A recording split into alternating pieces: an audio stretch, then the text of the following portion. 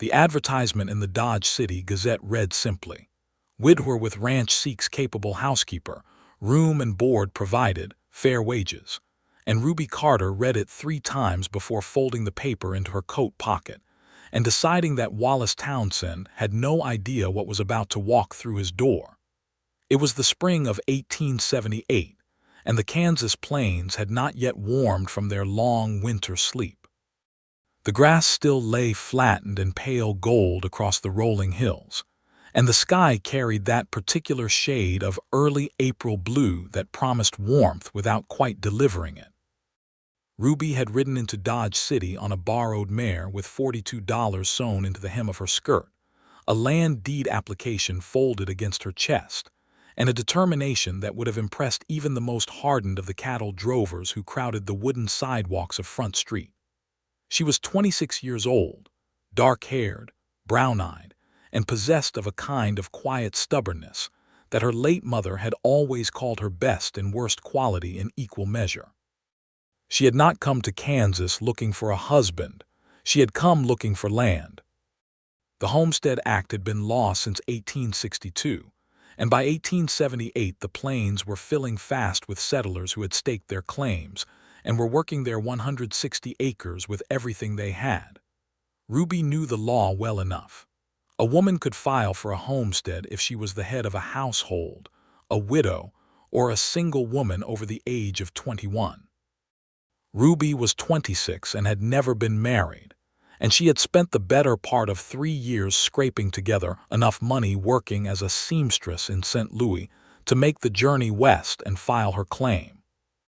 The problem, which she had not fully anticipated until she arrived in Dodge City and began asking questions at the land office, was that the parcel she had set her heart on, a stretch of creek-fed bottomland 12 miles south of town, was technically adjacent to, and partly overlapping with, a larger ranch claim that had been filed by one Wallace Townsend of Townsend Ranch.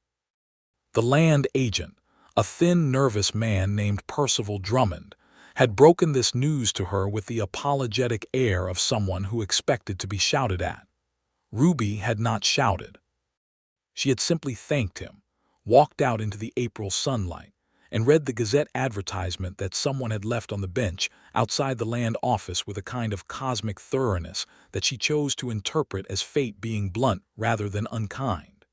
If Wallace Townsend was advertising for a housekeeper, then Wallace Townsend was a man with a problem, and Ruby Carter was a woman who was very good at solving problems, particularly when the solution happened to benefit her as well.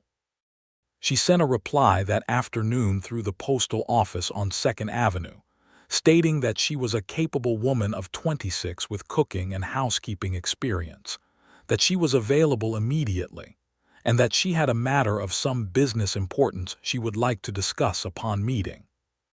She received a response within 2 days, written in a large, somewhat impatient hand, that said she was to present herself at Townsend Ranch on Friday morning, and that the matter of business could wait until after she had demonstrated she could make a decent pot of coffee. Ruby had laughed at that, alone in her rented room at Mrs. Halloway's boarding house.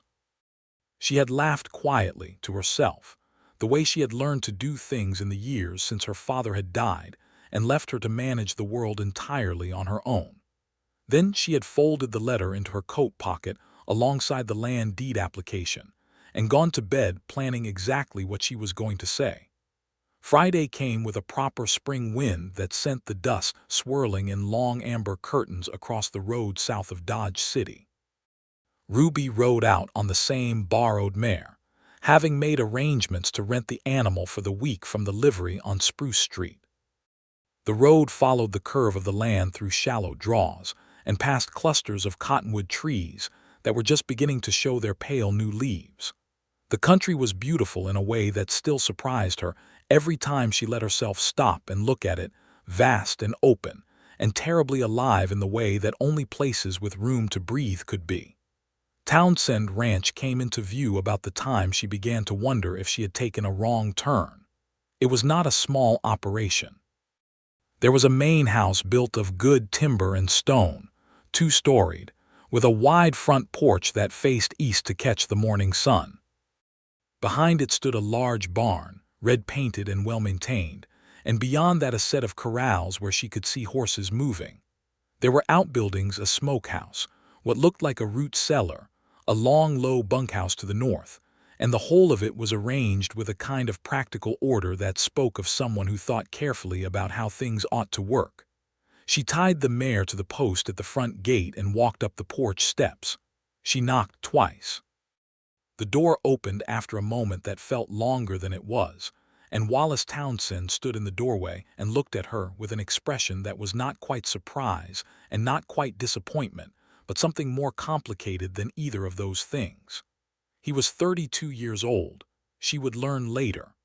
Right now he looked like a man who had been up since before dawn and had not yet decided whether the day was going to be worth the trouble. He was tall, broad through the shoulders, with dark brown hair that needed cutting and a jaw that needed shaving, and he had gray eyes that were the most direct eyes she had ever seen in a human being. They were the kind of eyes that did not bother with pretense and seemed faintly irritated by people who did. "You're R. Carter," he said. It was not quite a question. "Ruby Carter," she confirmed. "And you're Mr. Townsend. I'm pleased to meet you." He looked at her for another moment, then stepped back from the door. "Come in, then. I'll make that coffee myself since we're already past the demonstration point." The inside of the house was exactly what she had expected from the outside, well-built, sensibly arranged, and in a state of profound domestic neglect. There was good furniture that had not been properly dusted in months. There was a fireplace with a hearth that needed sweeping. The kitchen, which she could see through a doorway to the left, had the particular look of a room that had been cleaned by someone who did not quite understand what cleaning meant. There were dishes that had been washed and stacked in a fashion that suggested the washer had been in a considerable hurry. There was a single boot sitting in the middle of the kitchen floor that appeared to have been there for some time. "Your previous housekeeper," Ruby said, not as a question. Wallace was pouring water into a coffee pot with his back to her. "Left in February. Went back east to marry someone, apparently. Good for her." He said this without any particular bitterness, which she appreciated. "And you've been managing on your own since then?" "I've been existing," he said. "Managing would be an overstatement." She almost smiled. "How many hands do you have?" "7, plus a foreman. They eat in the bunkhouse, so that's not your concern. It's just the main house that needs tending, and 3 meals a day for me, and whatever other keeping up needs doing." He set the coffee pot on the iron stove and turned to look at her. "The wages are $12 a month plus room and board. There's a room at the top of the stairs on the east side. It has a window." "It sounds adequate," she said. "Before we discuss terms further, Mr. Townsend, I mentioned in my letter that there was a matter of business I wanted to raise." Something shifted in his expression. Not quite wariness, but a kind of attention that sharpened the gray of his eyes. "So you did." "I went to the land office last Monday to file an application for a homestead parcel. The parcel I had selected, approximately 160 acres of bottomland along Dry Creek, appears to overlap with the northern boundary of your registered claim." The silence in the kitchen was the kind that has weight. "I know the parcel," he said. "I suspected you might." She kept her voice even and pleasant. "I've been saving for 3 years to make this journey and file that claim, Mr. Townsend. I have the money for the filing fees. I have the ability to work the land and prove it up within 5 years. The section I want is the northeast corner of the overlap, and it's creek-fed bottomland that you are currently using for nothing more than winter grazing." "That's my land," he said. "Some of it may be. Some of it may not be, depending on exactly where your survey lines fall." Mr. Drummond at the land office was somewhat vague on the specifics. She looked at him steadily. "I am not asking you to give me anything, Mr. Townsend. I am asking whether there is a way we might come to an arrangement that suits us both." He stared at her for a long, uncomfortable moment. The coffee pot began to murmur on the stove. A horse called from the direction of the corral, a long ascending note that floated through the kitchen window. "You've got considerable nerve," he said at last. "I've had two," she replied simply. He turned back to the stove, poured 2 cups of coffee, set one on the table in front of her, and sat down across from her with his own. He wrapped both hands around the cup and looked at her as though he was trying to figure out exactly what kind of problem she was. "What kind of arrangement?" he said. "I work for you, housekeeper, as advertised at the wages you named.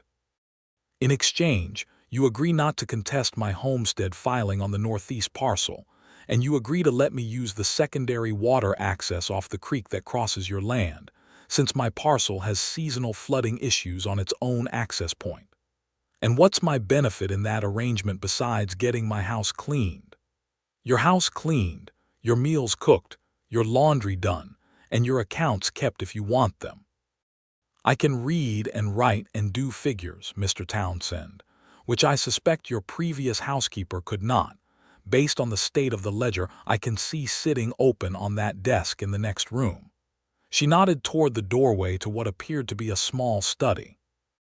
"Also, if you agree to the terms, I won't need to pursue the boundary dispute legally, which would cost you time and money, and the attentions of a surveyor who might find other irregularities in your claim lines that neither of us would enjoy discovering." The expression on his face was extraordinary. She could see him working through approximately 4 different reactions in rapid succession: irritation, grudging respect, something close to amusement, and then a settled, considering look that she would come to know very well over the months ahead. "You're not actually here for the housekeeping job," he said.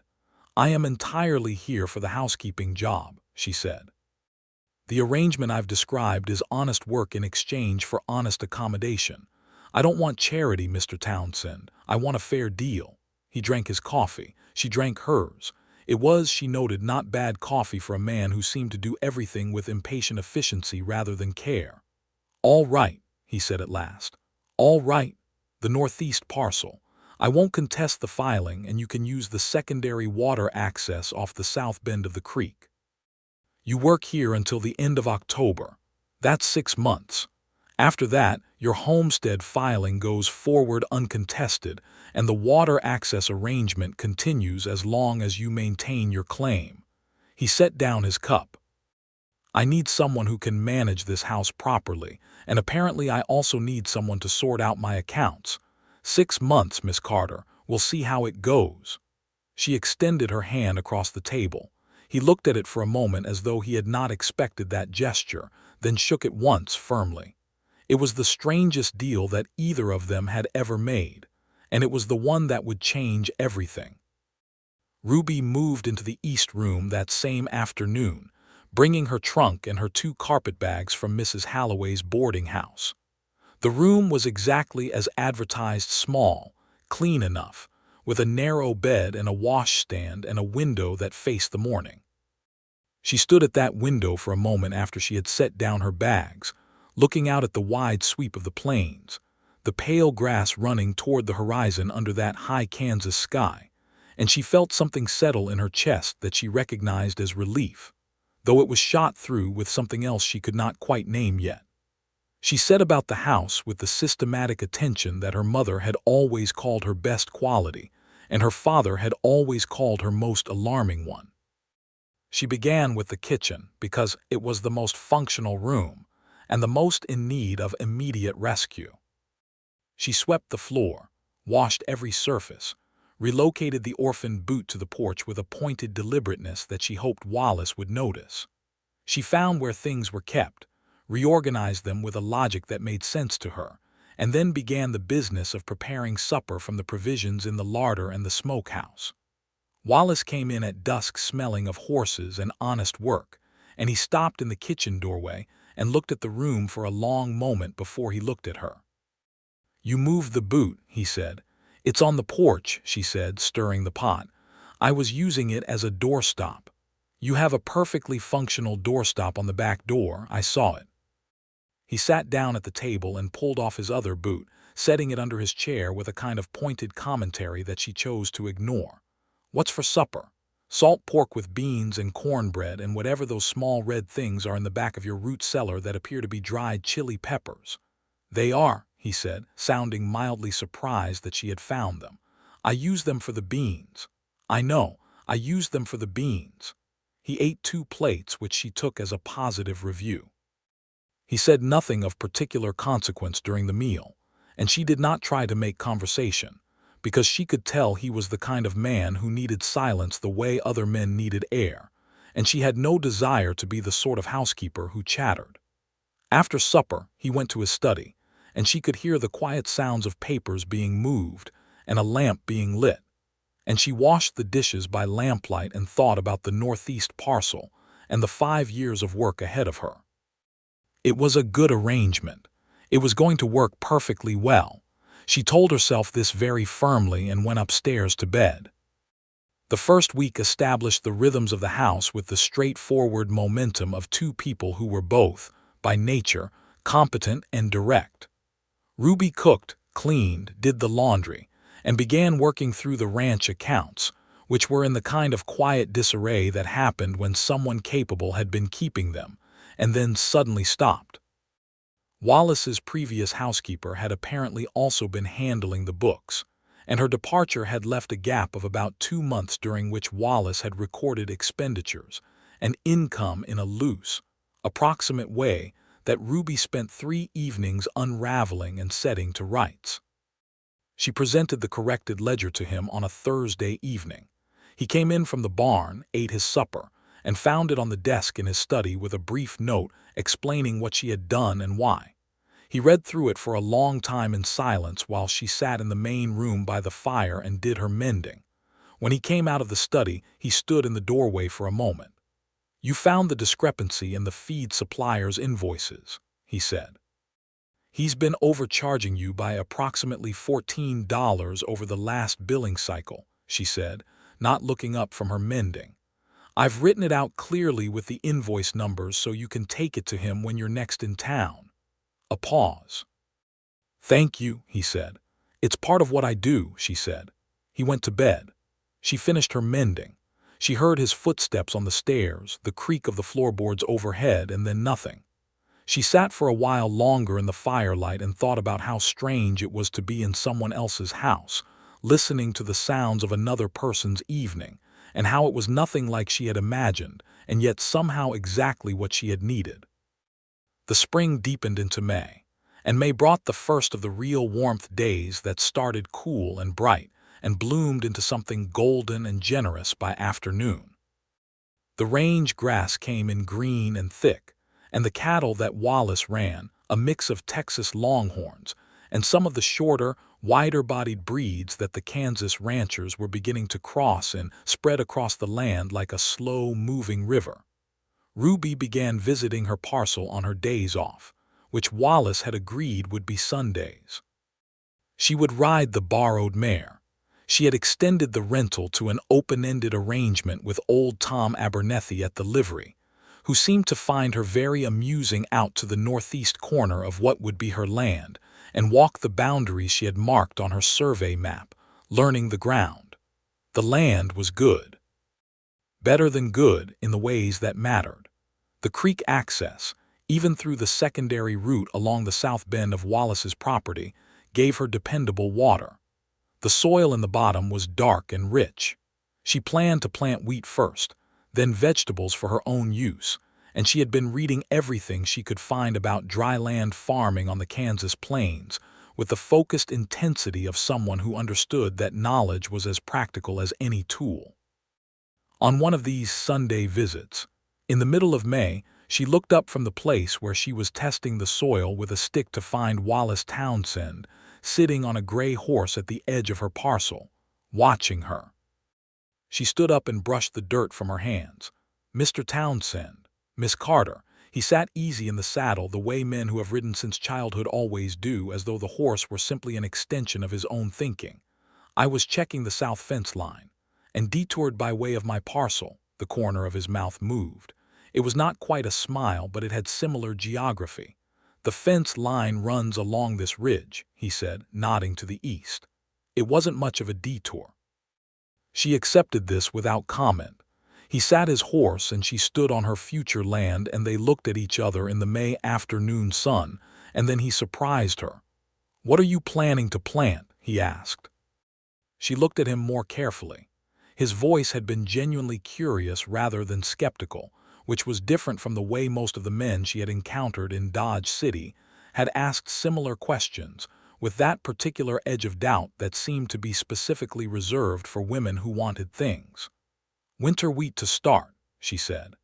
"I'll need to break the sod first, which means I need to find someone with a breaking plow. Then wheat, and then I'll keep a kitchen garden and look into whether the bottomland is suitable for a small orchard." "It is," he said. "The winter isn't too severe in this particular draw. My neighbor to the east has 3 apple trees going." "I didn't know that. Old man Hector Briggs, he's been here 12 years. Terrible company but excellent apples. He gathered his rains. Duggan's at the hardware on Walnut has a breaking plow for hire, reasonable rate." He turned his horse and rode back toward the fence line. Ruby stood on her land and watched him go, and she felt something shift very slightly, like a single stone moving in a wall, and she filed it away under the general category of things she was not going to think about right now.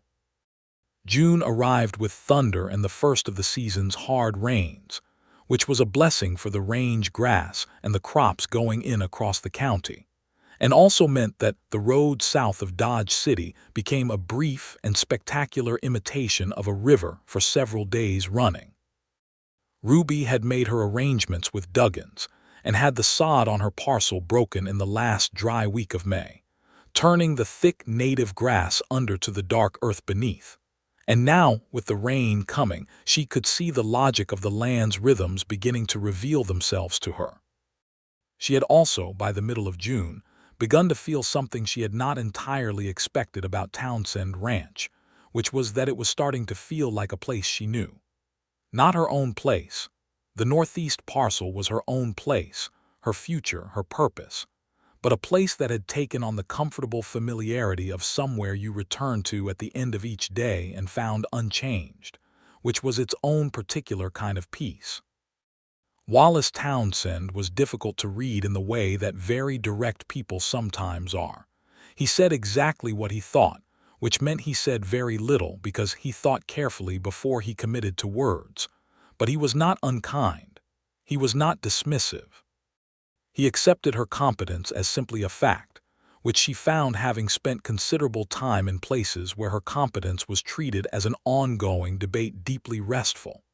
There was the morning in late June when a hand named Cisco Rodriguez came to the back door with a cut on his arm that needed stitching, and Wallace was out on the range.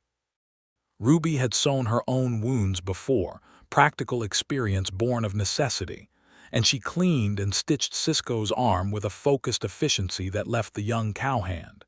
He was 19, broad-faced and cheerful, looking both impressed and slightly pale. "You are very sure with the needle," he said, watching her work.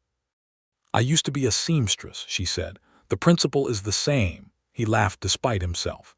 She tied off the last stitch and wrapped his arm in clean cloth and told him to keep it dry for a week, and when Wallace came in that evening she told him what had happened and he listened and then nodded. "Cisco's young and careless with wire," he said. "He'll learn. I told him to keep it dry. He promised he would."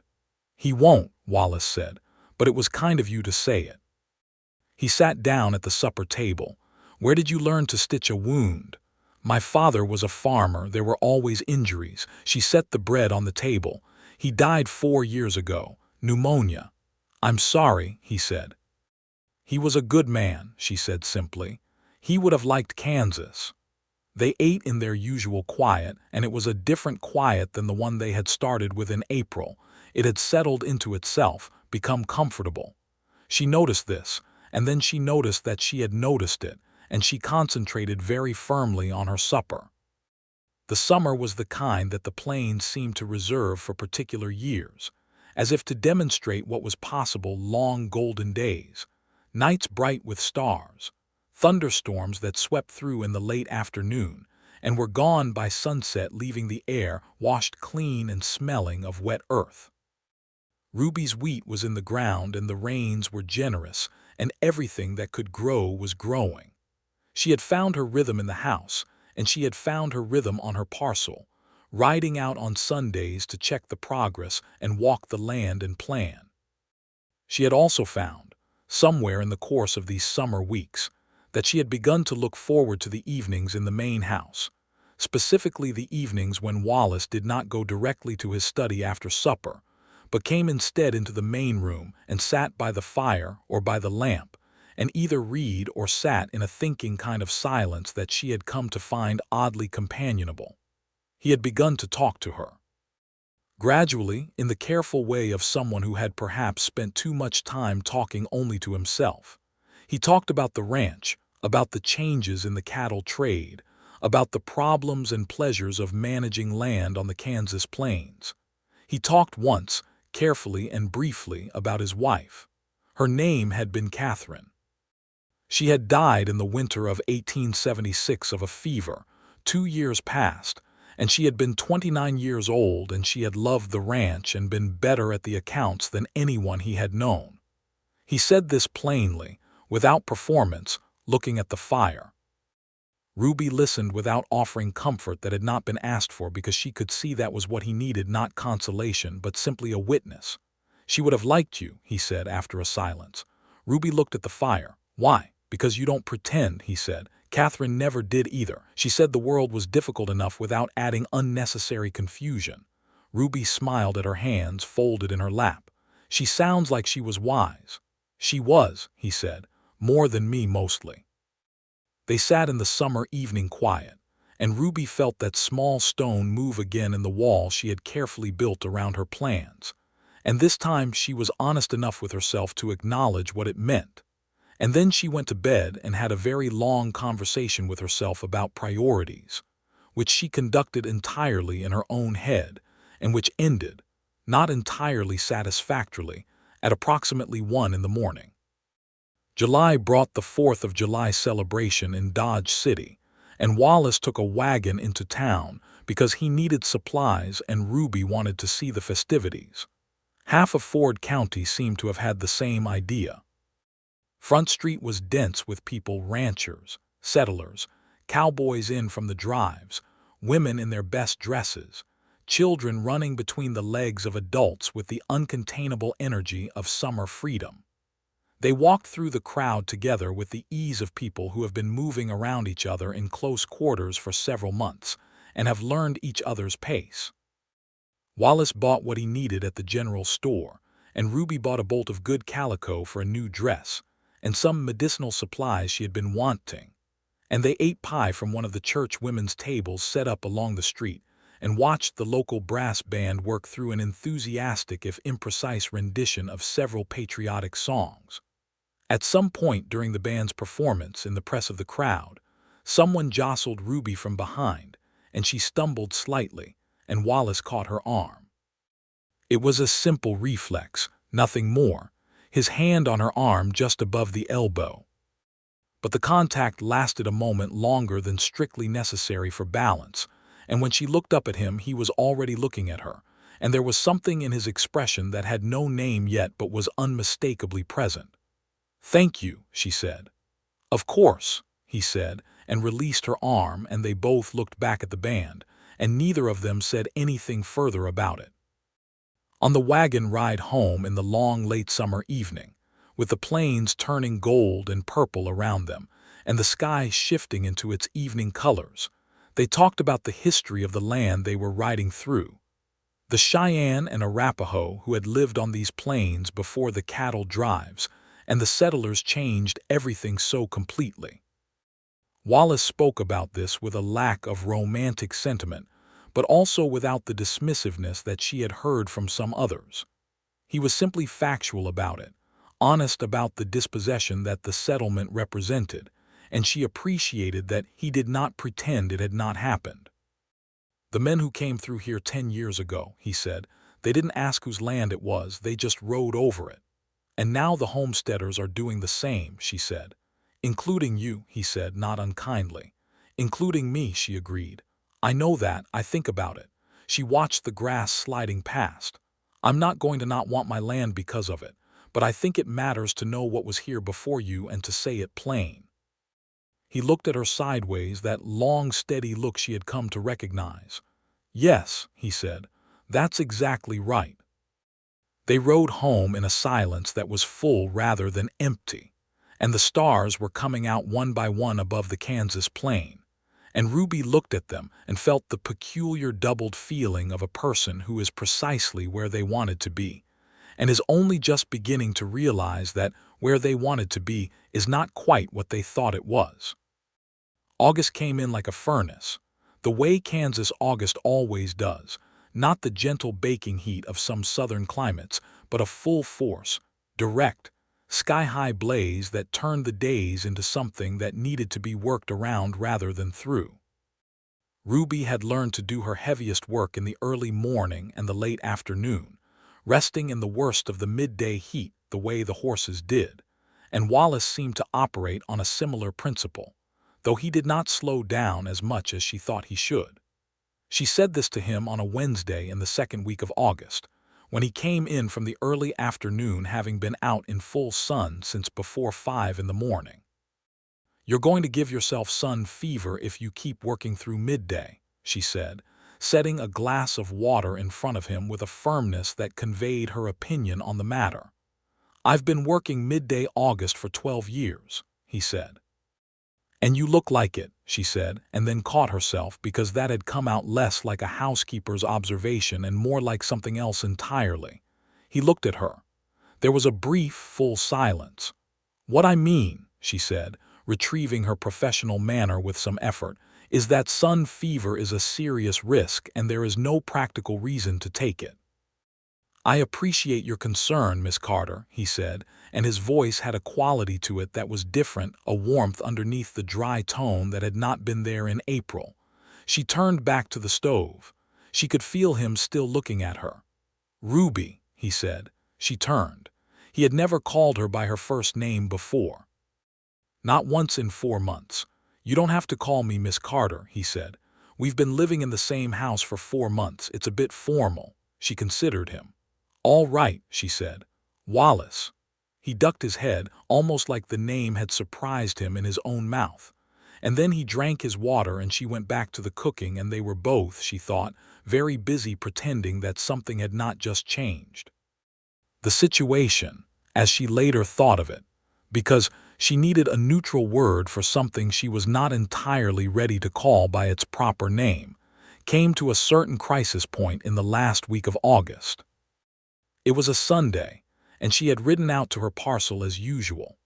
The wheat was in beautifully, green and strong, and she was walking the south boundary when she noticed that the creek access had been partially blocked by a fallen cottonwood, which must have come down in the storm earlier that week. She was trying to determine how serious the problem was and what would be needed to clear it when she heard a horse and looked up to find Wallace there again, as had become a kind of pattern she could not quite dismiss as coincidence anymore. "The storm knocked that tree," she said, pointing. He dismounted and came to look at it, walking down the creek bank beside her. He was close enough that she was aware of the specific warmth of him, which was different from the warmth of the August afternoon, and she was being completely honest with herself for perhaps the first time in several weeks. "I can send Cisco and one of the other hands out to clear it Monday morning," he said. "Shouldn't take long." "You don't have to do that." "It's blocking the water access we agreed on," he said. "That makes it my responsibility to clear." She looked at the tree. He stood beside her. The creek moved quietly over its stones below them, and a kingfisher flew past in a brilliant blue-green flash, and the afternoon was very still and very warm and very close. "Wallace," she said. "Ruby," he said at the same moment. They both stopped. There was a pause that stretched like taffy, warm and golden and too long. "You first," she said. He was quiet for a moment. He was looking at the creek rather than at her, which she recognized as the behavior of someone who is about to say something that requires a degree of courage. "I want to ask you something," he said, "and I need you to know that whatever your answer is, the arrangement we have stands exactly as agreed. You don't need to worry that this is some kind of attempt to change the terms." She looked at his profile, the straight nose, the jaw that still needed shaving, the particular set of his shoulders when he was choosing his words carefully. "All right," she said. "Have you thought about staying?" he said. "After October, after your homestead filing goes through, have you thought about whether you might want to stay?" She was quiet for a long moment. A red-tailed hawk circled above the cottonwoods to the west, riding the thermal with that effortless patience that hawks have. "What exactly are you asking me?" she said. He turned to look at her then, and the directness of his gray eyes was something she had gotten used to over 4 months, but right now it was doing something different to her than it usually did. "I'm asking," he said, with the careful deliberateness of a man who has thought about this exact phrasing quite a lot, "whether you might consider a different kind of arrangement. Not housekeeper and employer, something else." "Something else," she repeated. "Ruby."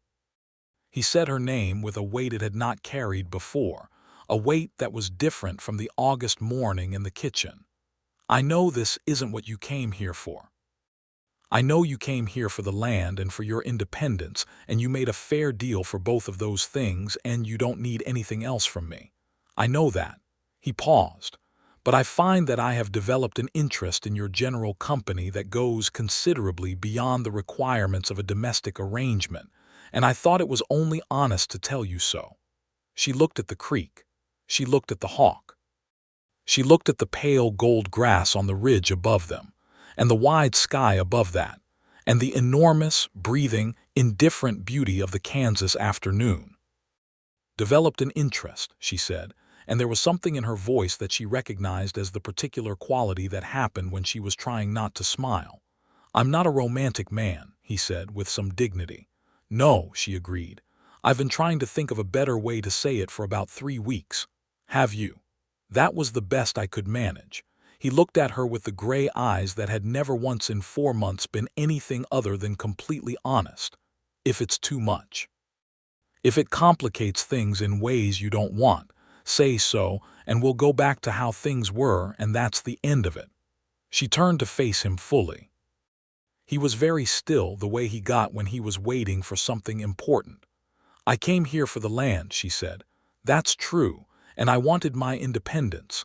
That's also true, and that hasn't changed. I want the northeast parcel, and I want to work it, and I want it to be mine. Nothing changes about that." "Nothing changes about that," he agreed immediately. "But," she said, and felt the admission rise up through her like something that had been patient for a long time, "I have also found that I think about your company, Wallace Townsend, considerably more than the requirements of my position would strictly explain." He looked at her for a long moment. The hawk had gone. The creek went on being a creek, patient and indifferent and beautiful. "Well," he said. "Well," she agreed. And then he smiled, really smiled, for perhaps the first time she had ever seen it, a full smile that did extraordinary things to the general geography of his face, and made him look approximately 3 years younger. And she laughed at the sight of it, a real laugh, warm and surprised and unguarded, and they stood there on the bank of the creek in the August afternoon, with the whole vast plain opening out around them. He did not kiss her that day, because Wallace Townsend was a man who took things at the proper rate, and she was a woman who respected that instinctively. But he offered her his arm as they walked back up the creek bank to where the horses were tied, and she took it, and the warmth of that simple contact was worth more than any dramatic gesture could have been. September brought a gentle, golden quality to the plains, the light shifting from summer's white blaze to something more amber and considered. The days were still warm enough to work in shirt sleeves by afternoon, but the mornings had that particular crisp edge that promised change was coming. The change inside Townsend Ranch was quieter than the seasonal shift and more significant. Wallace and Ruby had not made any formal declarations beyond that afternoon by the creek, but something had opened between them that neither of them was inclined to close again. He called her Ruby, and she called him Wallace. He sat with her in the evenings more often than not. He told her things about the ranch and the land and his plans that he had not told anyone else, and she talked to him about her homestead plans with the full detail she had previously kept to herself, not wanting to seem too presumptuous, and he listened with a real and genuine interest that made her feel, for the first time in a very long time, that her plans and ideas were not too large for the space she had been given. There was a morning in the first week of September when she came down to the kitchen at 5 o'clock and found him already there, standing at the back door with a cup of coffee, looking out at the dawn. The sky was doing something spectacular, layers of pink and gold, and a deep, particular rose color that the plains seemed to reserve for certain September mornings, spread out above the dark line of the horizon, as if the world were being repainted while everyone slept. She came to stand beside him in the doorway, and he handed her his coffee cup without looking at her, and she drank from it and handed it back, and they stood there together watching the dawn come in, and it was the most ordinary and the most extraordinary moment she had experienced in a long time. "I want to show you something today," he said, "if you're willing to ride out." "Where?" "South of the creek. There's a bend where the land does something, you'll see." They rode out after breakfast, leaving the house in the capable morning quiet with the dishes washed and the bread set to rise, and rode south of the creek through the tall September grass. He led her around a bend in the waterway to a place where the creek widened into a shallow pool sheltered by two great old cottonwoods, their leaves just beginning to turn from green to gold. And beyond the pool the land opened into a broad, bowl-shaped meadow ringed on three sides by a gentle rise that caught the morning light and held it the way a cupped hand holds water. Ruby brought her horse to a stop and looked at it. "I found this place the first winter I was here," he said, pulling up beside her. "Catherine loved it. We used to ride out here on Sundays." He looked at the meadow with the careful expression she had come to recognize as his way of feeling something deeply. "I haven't been out here much since she died, but I wanted to show you." She understood what he was giving her in that moment, not just the view, but the trust of showing her something he had kept. "Thank you," she said, meaning it fully. "It's inside the boundary of what will be your parcel, actually," he said. "The northeast corner. The meadow sits right on the edge." She looked at him. "I know," he said. "I thought you should see it."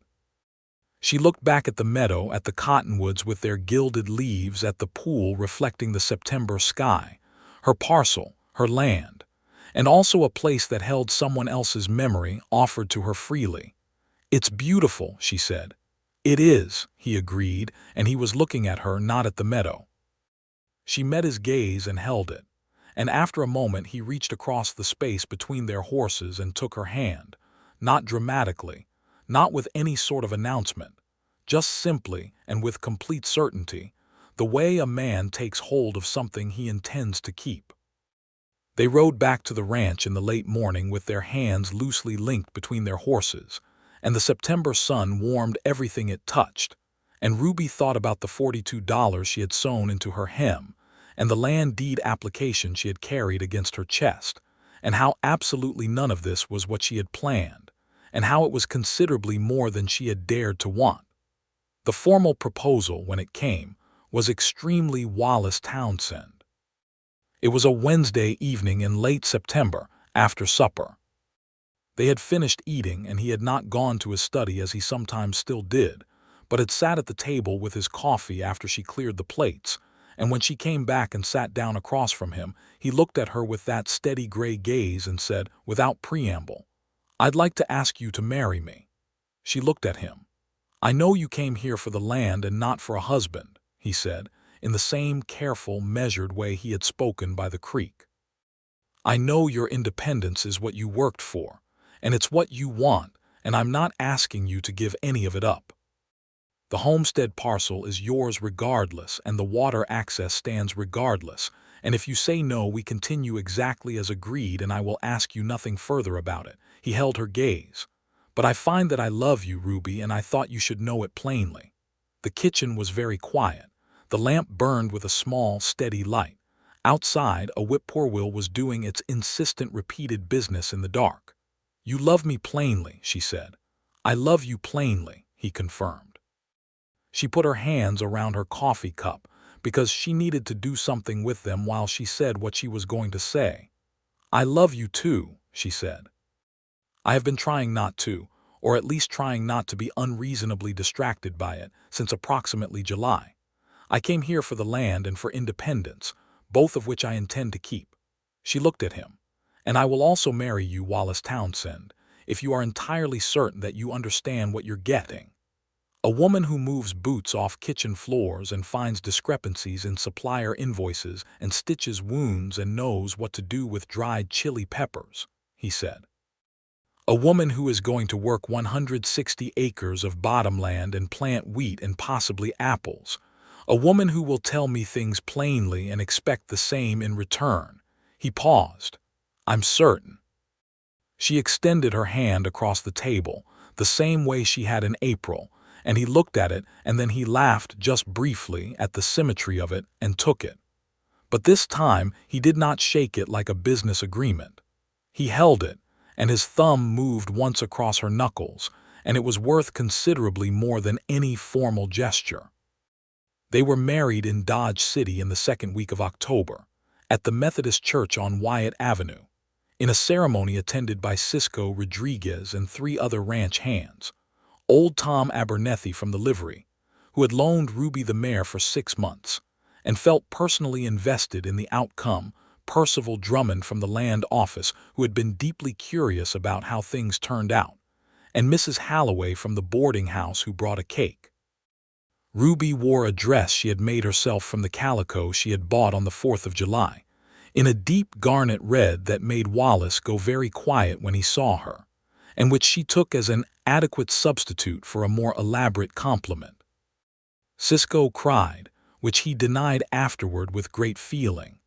Tom Abernethy told the story of the borrowed mare to everyone present twice, with embellishments that grew with each telling. Wallace Townsend said his vows with the same direct, careful, certain quality he brought to everything, looking at Ruby with those gray eyes that had never once been anything but honest. And Ruby Carter, who was not the crying sort, and who had told herself with great firmness that she would not be, felt something bright and surprising rise in her chest, and blinked twice, and kept her composure, and then took his hands and said her own vows with the same steadiness, and meant every word of them to the bone.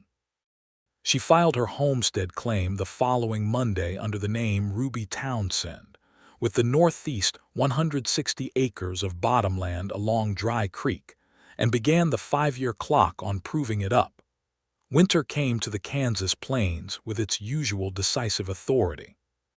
The first snow fell in November, a soft and covering thing that turned the whole world white and still, and Ruby stood at the kitchen window on the morning after and looked out at it, and felt a complex surge of things that included beauty and cold practicality in approximately equal measure. They were building something together, she and Wallace, in the careful and particular way that 2 self-sufficient people build things, by negotiation and honesty, and the willingness to say things plainly even when it was uncomfortable. They were not always easy with each other. She had opinions and expressed them, and he had views and did not readily abandon them, and there were evenings when the kitchen had a certain charged quality that suggested both of them were working through something. But they had, from the very beginning, the habit of honesty, and honesty is the most durable foundation that 2 people can build on. She worked her parcel on the days when weather permitted, and she worked the house when it did not, and she managed the accounts and helped him plan the spring drive, and he listened to her wheat projections and her plans for the orchard with the same seriousness he brought to every practical matter, because she had been right in April. She was competent, and he had recognized that fact, and nothing about their marriage had changed it. On a cold December evening, sitting by the fire with the snow outside the windows, she told him something she had been turning over for a few weeks. "I want to hire a woman to help with the house," she said, "when spring comes and I'm working the field more." He looked up from the account book he was reviewing. "That's sensible. I don't want you to think I'm abandoning the work I agreed to do.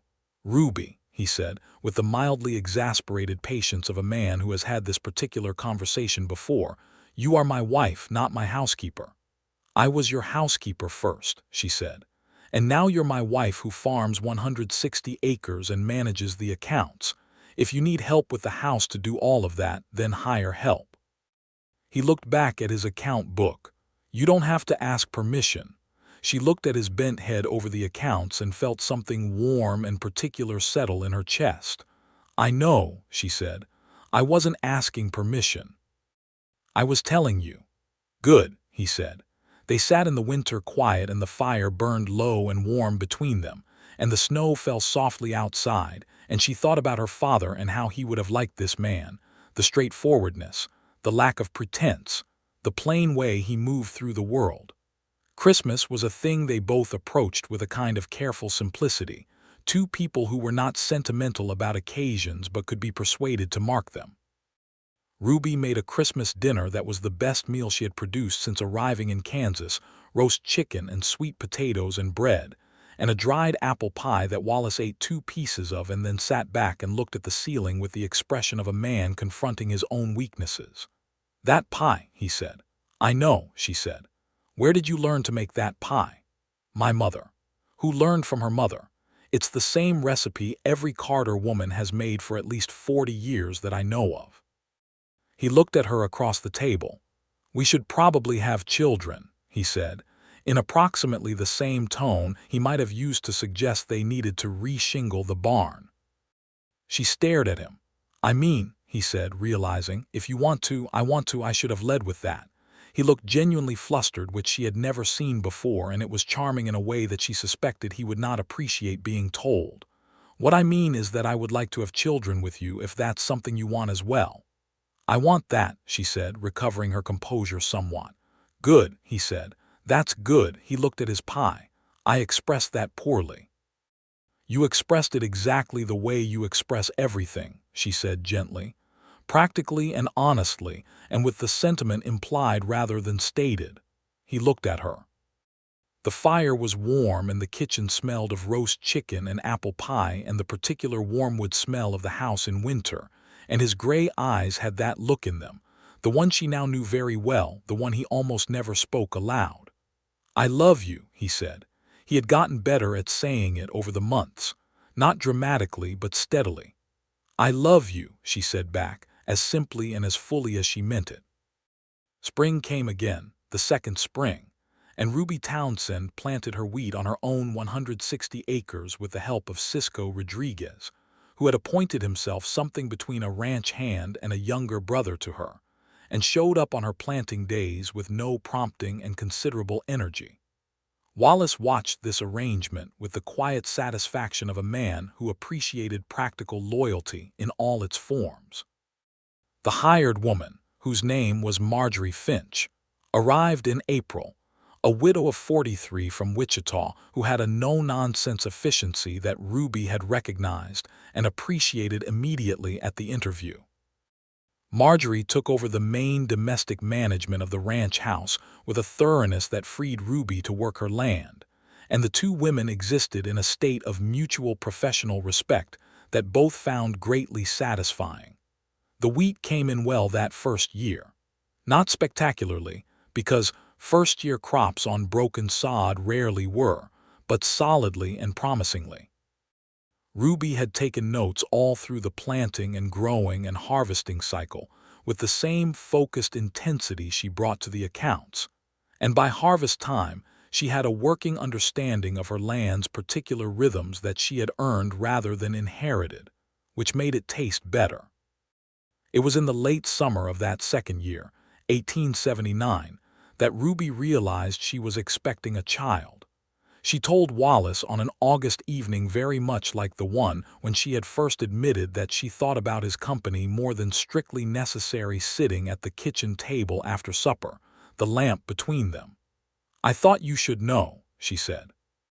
He looked at her for a moment with an expression that moved through several things: quickly surprise, something that might have been worry, and then a warm and settled certainty that spread across his face like sunrise. "Ruby," he said. "It'll be spring," she said. "March or so." He reached across the table and took her hand, the same way he had by the creek that September afternoon, simple and certain. "Are you well?" he said. "Are you feeling all right?" "I'm quite well," she said. "I was nauseous for about 3 weeks and I did not tell you because I didn't want you to fuss." "I don't fuss," he said, with the particular expression of a man who knows he fusses about exactly the things he cares about. "You would have fussed," she said. You fuss about the horses when they're under the weather. I don't, he started and then stopped. That's not the same. No, she said, smiling. You're right, you'd fuss considerably more about me. He held her hand in both of his and looked at her with those honest gray eyes that she had been looking into for over a year now and still found new things in. March, he said. Approximately, she said. He raised her hand and pressed his lips to her knuckles, which was not his usual register of expression, and therefore meant more than 100 speeches would have done. She felt the warmth of it from her hand all the way to her chest. The winter of 1879 was a hard one Kansas winters could be, and the blizzard that came through in January kept everyone confined to the ranch for nearly 2 weeks, which might have been suffocating under different circumstances, but turned into something else entirely. Wallace and Ruby were people who could exist in close quarters without driving each other to distraction, because they had been doing it for nearly 2 years and had learned the specific geography of each other's needs. They read. They talked. They played cards, at which Ruby discovered that Wallace had a gift for poker that he had never mentioned, and at which she was sufficiently competitive to make the evenings genuinely entertaining. He beat her at cards more often than she beat him, which she refused to fully accept. You're cheating, she said, on a February evening, putting down a losing hand with more force than was necessary. I'm absolutely not, he said, gathering the deck. You have a tell when you're bluffing, but you didn't use it just now, which means you were either holding good cards or you've been performing the tell deliberately to mislead me. He looked at her with an expression of complete, tranquil innocence. Wallace Townsend, she said. Ruby Townsend, he said mildly. She laughed in spite of herself, and he smiled, and she reached across the table and pushed the cards toward him and felt a surge of something so complete and warm and deeply satisfying that she took a moment to simply sit with it. This is what she had wanted. Not the cards and the winter evening specifically, but the texture of a life built with someone, the arguments about inconsequential things and the honesty about consequential ones, the comfort of a presence that was reliably and unapologetically itself, the extraordinary ordinary fact of being known. She had come to Kansas for the land. She had found the land and she was working it, and it was hers. And she had found this as well, this remarkable man who had looked at her from his kitchen doorway in April of 1878 with his honest, impatient eyes, and agreed to a deal that neither of them had expected to keep past the terms agreed. March arrived with the uncertain weather of early spring, and the child was born on the 19th of the month in the early hours of the morning, with Dr. Calvert from Dodge City present and Marjorie Finch providing a calm and capable assistance that Ruby would appreciate for the rest of her life. It was a boy. Wallace was waiting in the main room below, and when Marjorie came down to tell him he could come up, he took the stairs 2 at a time with a complete absence of his usual measured pace. And Ruby, lying in the bed in the east room with the morning light coming through the window that faced the dawn, watched him come in and cross to her and sit on the edge of the bed and look at his son with an expression she had never seen on his face before and never forgot. He's very small, he said. All babies are small, she said. He'll get bigger. He has your nose, he said. He has your chin, she said, which I'm told is alarming in a newborn but will look better when he's older. He looked at her and his eyes were bright in a way that he would never acknowledge and she would never make him. He took her hand. What do you want to call him? He said. She had been thinking about this. Thomas, she said, after my father. He was quiet for a moment. Thomas Carter Townsend, he said. Is that all right? More than all right, he said. He pressed her hand and looked at his son, and outside the March morning was coming in gold and fresh, and full of the particular spring optimism that the plains seemed to create simply by existing. Thomas Carter Townsend grew with the reliability of a well-planted crop, steadily and robustly, and with a character that declared itself early. He had Wallace's gray eyes and Ruby's determined chin, regardless of what Wallace had said at the beginning, and he had a temperament that was sunny when not thwarted and extremely vocal when thwarted, which Ruby found entirely fair and Wallace found both exasperating and secretly delightful. The homestead claim on the northeast parcel was proved up in the spring of 1883, exactly 5 years from the filing, with the wheat yields and improvement records, and the small but genuine apple orchard 7 trees now, including 3 that bore in their 3rd year, recorded in Ruby's precise handwriting, and submitted to Percival Drummond at the land office, who had by now reached a state of genuine admiration for her that he expressed by processing the paperwork with exceptional speed. The deed came through in July.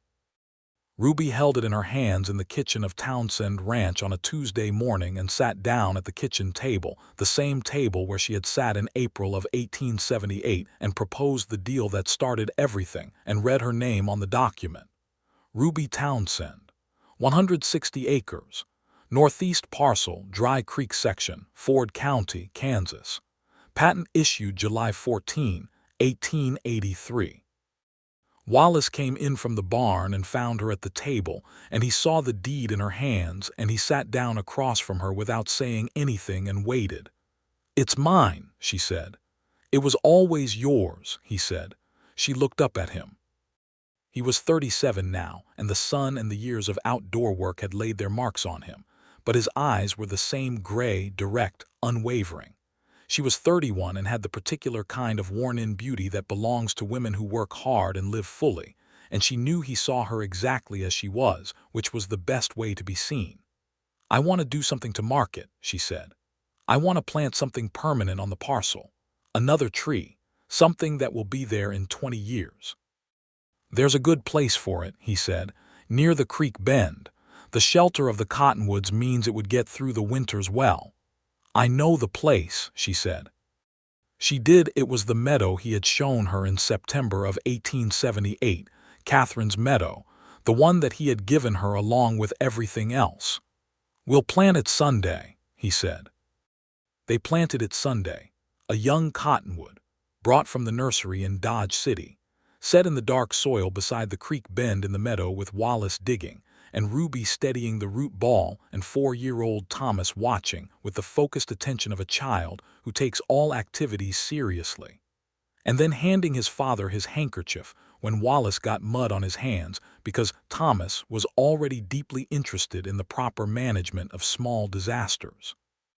Cisco Rodriguez was there, 25 now and the most experienced hand on the ranch, having declined 2 other job offers in the past 2 years on the grounds that he was happy where he was, and also because Marjorie Finch had made him a standing invitation to Sunday dinner that he would not have exchanged for a salary increase.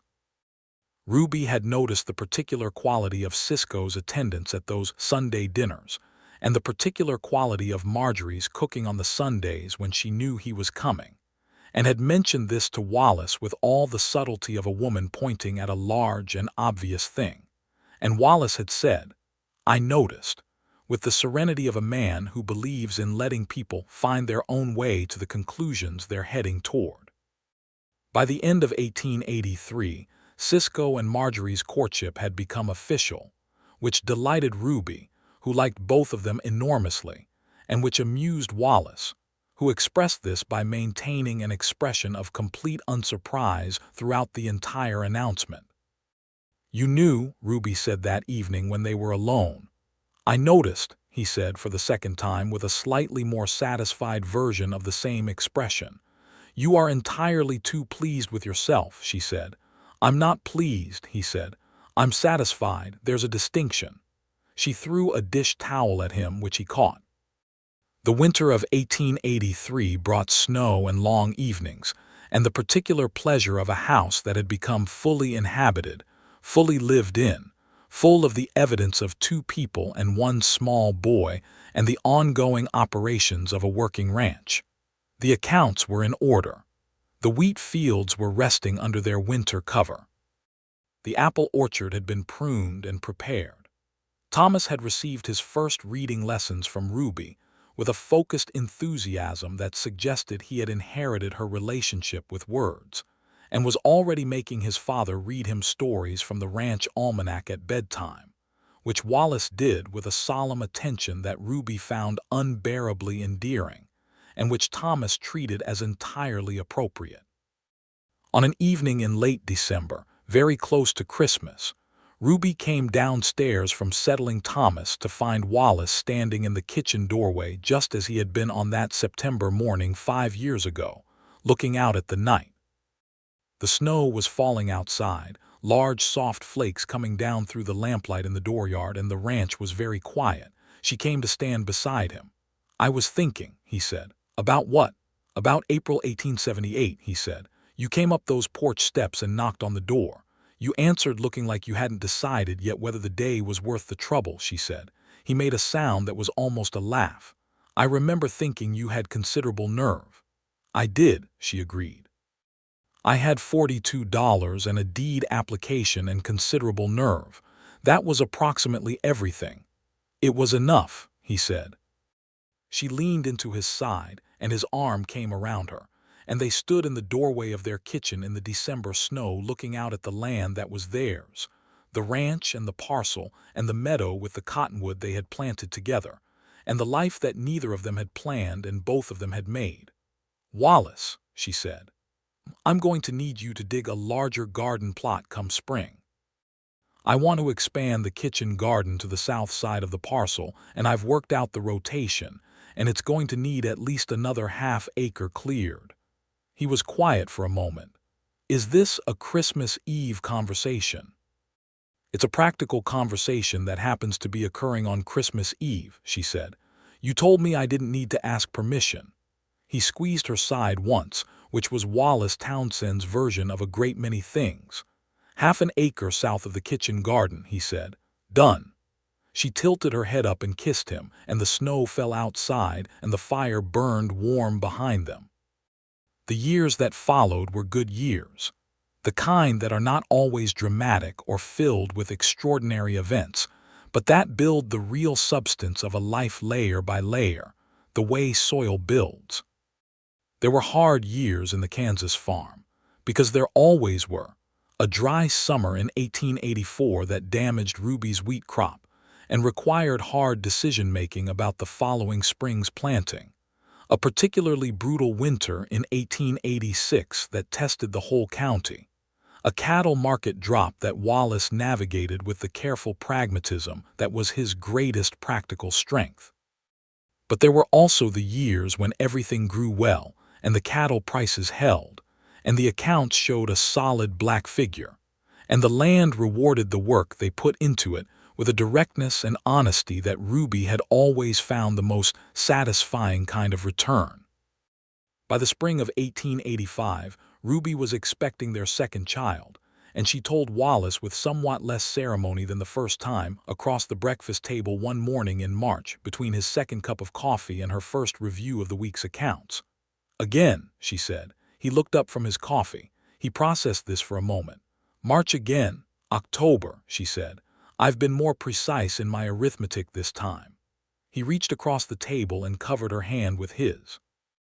The gray eyes were warm and certain. "Good," he said. "Is that all? What would you like me to say?" "Something a little more expansive than good would perhaps be appropriate for the occasion," she said. He thought about this with the focused attention he brought to everything. "I am very glad," he said, "and I love you, and I would like it to be a girl this time, though I understand that's not strictly within anyone's control." She laughed. "A girl," she said. "Why particularly?" "Because I suspect a daughter of yours would be extraordinary," he said, "and I would like to see that." She felt the warmth of it spread through her. "Thomas was your son too," she pointed out. "He is," Wallace said, with the particular satisfaction of a father who watches his child work through a problem. "And he's going to be extraordinary. I'd like to have a complete set." Their daughter was born in October, as predicted. They named her Eleanor Catherine Townsend, Eleanor for Ruby's mother, Catherine for Wallace's first wife, a naming that Ruby had proposed, and Wallace had accepted with a quiet depth of feeling that spoke without words. Eleanor was born with her father's gray eyes and her mother's dark hair, and an entirely individual temperament that suggested she had decided to be her own person from the first moments, and was not going to be swayed from this position. Thomas, at 5 years old, regarded his sister with the careful gravity of a boy who takes all responsibilities seriously, and appointed himself her primary guardian and explainer, a role he took up with a thoroughness that kept Ruby alternately impressed and exhausted. The orchard on the northeast parcel bore its best harvest in 1887, 17 apple trees now, and the yield was enough for Ruby to sell the surplus in Dodge City at a price that made Percival Drummond, when she mentioned it at the land office where she occasionally stopped to discuss improvements to the deed records, look at her, with the expression of a man who has seen this person prove themselves right too many times to be surprised by it anymore. Cisco Rodriguez and Marjorie Finch were married in the spring of 1886 at the same Methodist church on Wyatt Avenue, where Ruby and Wallace had married 8 years before. Ruby stood up for Marjorie and Wallace stood up for Cisco with a clean-faced sentimentality that neither of them acknowledged but both felt. And Thomas wore his best clothes, and Alina, 6 months old, was carried by her father through the entire ceremony with a competent ease that suggested this was not actually the intimidating prospect it might seem. The bunkhouse had acquired, over the years, the particular character of a place where people stayed because they wanted to, which was the mark of a well-run ranch. Several of the hands had been at Townsend Ranch for 5 years or more. Cisco had become foreman after the previous one retired in 1884, a promotion that Wallace announced with his characteristic brevity, and that Cisco received with an enthusiasm he had to visibly restrain. Life on the plains had its full range. There were good neighbors and difficult ones. The cattle drives that had defined Dodge City in its earliest years were changing by the mid-1880s as the railroads extended, and the open range began to close with barbed wire fencing and the settling of the frontier. The world that Ruby had ridden into in April 1878 was already becoming something different, something that would eventually become simply farming country, organized, fenced, law-abiding in ways that the wilder years had not been. But Townsend Ranch sat on its rolling Kansas land and worked its seasons, and kept its records, and raised its children. And the northeast parcel that Ruby had worked for 3 years before she arrived in Kansas, and had proved up over 5 years of steady work, grew its wheat, and its apple orchard, and its expanded kitchen garden, and became precisely what she had wanted it to be from the very beginning. Her own land, her own work, her own achievement, standing solid alongside the ranch that was theirs together. In the summer of 1889, when Thomas was 9 and Alina was almost 4, and the apple orchard was in full maturity, and the wheat fields were as productive as they had ever been, Ruby Townsend stood in the meadow beside the creek on a June afternoon and looked at the cottonwood they had planted the day the deed came through. It was tall now, considerably taller than she was, its roots deep in the creek-fed soil, its leaves moving in the Kansas wind with the particular sound that cottonwood leaves make, that rushing, rustling sound like water over stones, like something beginning. Wallace came up behind her. He had ridden out from the south fence line, and she had heard his horse and not turned because she had known it was him without looking since approximately the first winter of their marriage. He came to stand beside her and looked at the tree, the way they had stood in so many doorways and by so many fires and in so many moments over 11 years. "It's going to outlast us," she said. "Most trees do," he said. "That doesn't bother you." "No," he said simply. "It's what they're for." She looked at the tree and the creek and the meadow that had been Catherine's and was now hers, given freely, held carefully, and felt the full weight of the years and the fullness of what had been built. "I wrote to my friend Clara in St. Louis," she said. "She asked what Kansas was like." "What did you tell her?" "I told her it was large and hard and beautiful," she said, "and that I came here looking for land and found considerably more than I bargained for." He turned to look at her. She turned to look at him. His gray eyes were exactly as they had always been, direct, honest, unwavering, warm with the particular warmth that was not expressiveness, but was something better than expressiveness, the warmth of a man who means everything he says and says everything he means. Considerably more, he agreed.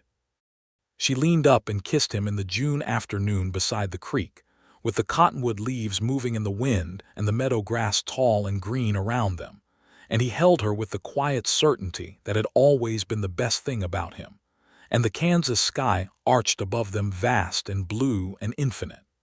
She had come to Kansas with $42 and a deed application and considerable nerve. She had found her land 160 acres of bottomland, proved up and planted and tended through 11 seasons of work and weather, yielding its wheat and its apples and its evidence of what she had been capable of all along.